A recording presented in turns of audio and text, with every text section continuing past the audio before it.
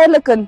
Мен Абылайхан атындағы халықаралық қатынастар және әлем тілдері университетінің мейрамхана ісі және мейманхана бизнесінің студенттері өз мамандығымызды таныстырайық. Бүгінгі таңда мейрамханалық кәсіптің дамуы өзекті мәселеге айналды. Мейрамханалық бизнес арнайы орны бөлінген және негізгі тазалық, заң шығарушылық талаптарға жауап беретін, клиентті тамақ пен сусынмен қамтамасыз ететін қызмет көрсету түрін ұйымдастырады.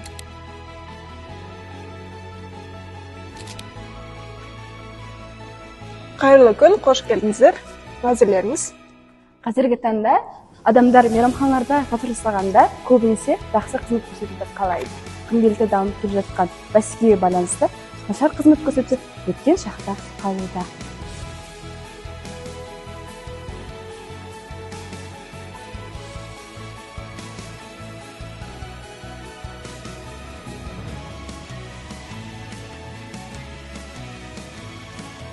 Сіздерге барлығы ұнап жатыр ма?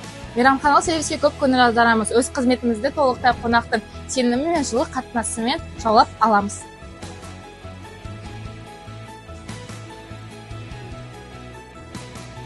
Біз қонақ үйлерде, корпоративті компанияларда және кеңселерде келушілерді немесе тұтынушыларды қарсы алу және оларға бағыт беру процесін жүзеге асырамыз.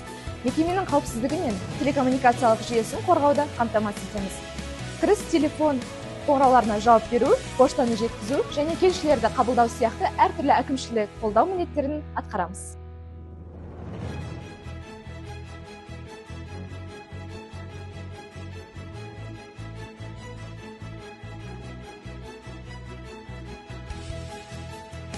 Мейрамхана ісі, мейманхана бизнесі бұл заманауи экономиканың ең перспективті бағыттарының бірі.